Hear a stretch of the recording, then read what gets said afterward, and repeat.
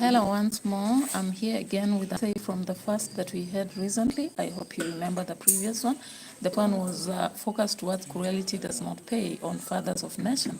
Now today we are going to another essay again. It is Change is Inevitable. Using Events in Fathers of Nations by Paul Vita prove that the author shows us this.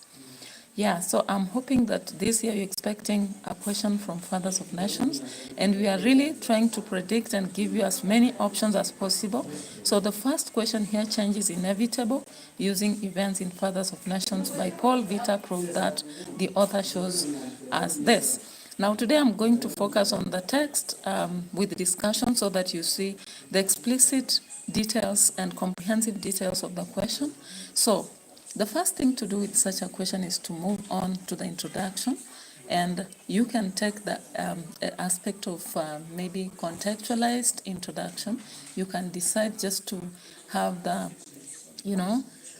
contextual explanatory one, whereby you are trying to contextualize, at the same time you're just giving an explanation using the keywords.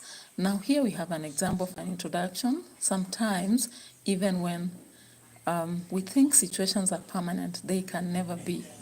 Life is like a journey that transforms at any time. Now, if I want to contextualize this, then I would bring in what is applicable for the text Fathers of Nations, and therefore I'll say, in the text Fathers of Nations, we have examples of changes that happened to Kimani, Tahir, Melusi, and Chamaka. So, as shown below, consider how change can never be avoided. Now, I'm going to focus on the 4 paragraphs that we should expect from you as a student, and therefore the first is about Kimani. Now, I must start with a topic sentence. This is one of the challenging areas for students. Most of them start as if they are narrating. For example, if you start telling us about the story and you've not told us what exactly your paragraph is about, then you are at a loss. Yeah, so therefore look at this example and realize what exactly we expect from you. So paragraph 1 starts as this.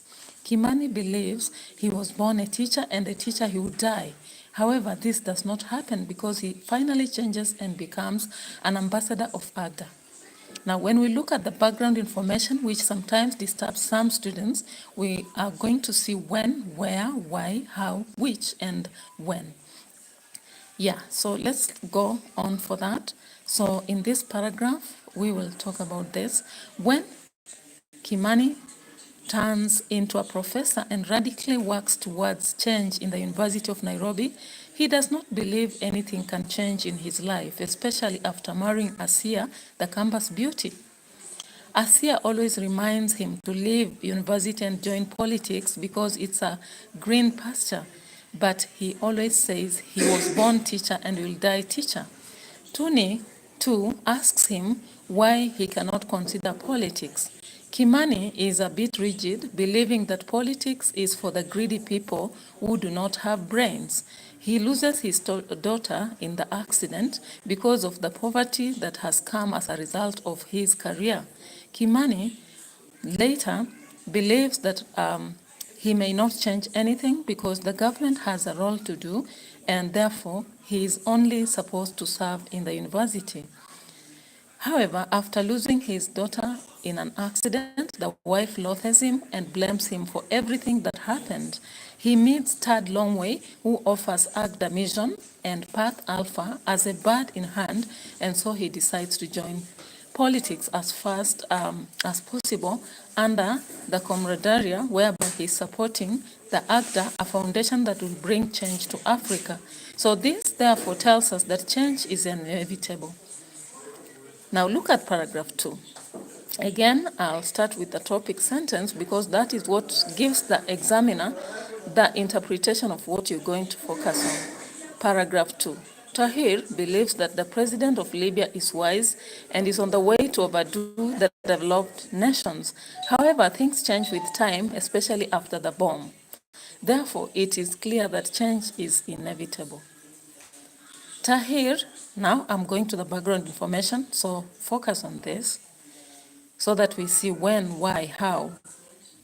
Yeah, so Tahir is excited after graduating and comes back to the nation that the president starts the Feast of Allah, a group that is permitting the production of nuclear weapons, he knows that very soon his country will be a force to reckon. Soon, Al-Qaeda bomb America, and the president quickly closes the company and compensates countries that were hit. Tahir's love turns into hatred, and he now views his president as the worst person ever. So the love he had before changes, and therefore it's clear that change is inevitable. Paragraph 3. Please consider the opening sentence or opening, that topic sentence with me and the background sentences.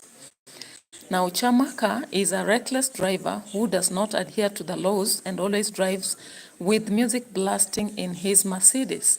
He believes this is the only way, and even when his brother is dropped, he does not believe that any other thing will happen. However, things turn out to be different and change happens. Let's go to the background information about why he made such choices, when, why, and what. Yeah, so Chamaka loves Lagos as a place that allows him practice his careless driving. He drives opposite other drivers and gets his way out of the main road to others, swerving across the roads and laughing at those people who are fleeing. One day, he takes his brother to the University of Bina, and on coming back to Earth Movers Limited, he crosses over lanes only to be hit by a fire engine. The author tells us this was one of the mean machines. So his Mercedes is mangled, he comes out unheard. Yeah? Nobody hears him, right? Then he's not hurt at all. So he decides to turn into a pastor, for he realizes that whatever he experienced was just a miracle. Remember, no one stopped to, interrogate or find out what has happened. So he saw that as the entire miracle. Instead of practicing the wrong, Chamaka turns out to scorn evil and condone negligence or any sort of wrongdoing in the society. No one actually relates the two people, the first one and the next. So there is change that is very drastic in him. I'll move to the third, Abiola. Abiola is so confident that Way Omega is the greatest tool that Africa needs for change, and therefore he's there to advise the heads of states after he comes from America so that they consider this as a better option for the nations. However, a change comes very soon, and he's grappling between Way Omega and Path Alpha. Now I'm going to give you the background information again. Yeah. So Abiola says that having been invited by Hayes, you remember there was an interview between him and Fiona Mackenzie as the Gambian, journalist. So he says that they trust him and invited him to advise them in Banjul about this project. Third, switches seats with Pamela, introduces Agda and Path Alpha to Abiola, indicating that Omega lacks answers to the current problems of corruption and impunity largely practiced in Africa. He believes it's only will to change that will help. Yeah, the will to change will help to solve the social or political issues in Africa, and such will come from Path Alpha. Third, requests Abiola to hold on Way Omega as an entry point to summit and guide the four, to hold on Way Omega and then place Path Alpha on the agenda and guide the four in their observer roles during the summit. Even though as they part, Abiola is not fully convinced that he will join. However, at the end of it, we see him turning tables and becoming the advisor of the four, and later on he supports in some neutral way this Path Alpha that later carries the day. So we actually realize that change is inevitable. I'm coming to the conclusion, and therefore, in conclusion, we do not actually repeat the question, but we give what is the learning point, what is the general statement, Yeah, so this is my conclusion. Overall, life is about change, and sometimes expectations that we have are not what we meet on the ground. In Fathers of Nations, many situations in countries and individuals among conditions prove to us that sometimes we should not think that some situations are permanent. At any time, change will come in and we would have to be forced to embrace it. Yeah, so that's the end of it. In case you have a specific question you are stuck on answering, feel free to share with me and I'll help you respond to it. That is for Fathers of Nation or the Samaritan.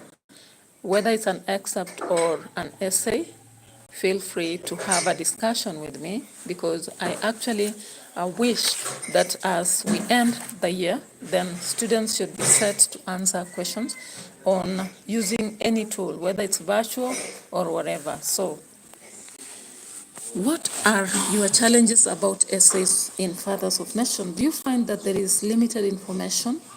Do you find that maybe there are no topic sentences to follow? Is it interpretation of questions? Those are the questions you should ask. You know, when you're handling students, then you know some of them have challenges to do with interpreting. So if a student cannot interpret a question correctly, there's no way they are going to score, right? If a student can interpret correctly, but they do not have the topic sentences, it may appear as if they are just doing a narration again, so they do not score highly. The worst comes when they have details. Maybe they have the topic sentences, but they do not have backup, you know. Like the background information is shallow. So, of course, they'll score 1 mark. At the end of the day, they have less than 10 marks. Again, if they do not go, strides claiming for more details, then they will miss out a lot. Then there is the conclusion. In case students are iterating the question, they will never get marks for conclusion. Yeah, so stay tuned, help your students, and if you're a student, be focused, work through many questions as possible, and I welcome you to Edutainment for us, because we have so many questions we've handled. And last year, remember, we had a prediction that came both for paper 1 and paper 3. We had also an excerpt that came right from our, our presentations, the virtual class. So feel free to use your time and explore this. Bye-bye for now. And for those who are on board, I really appreciate your presence, because you make my live streaming a very impressive area. Bye-bye.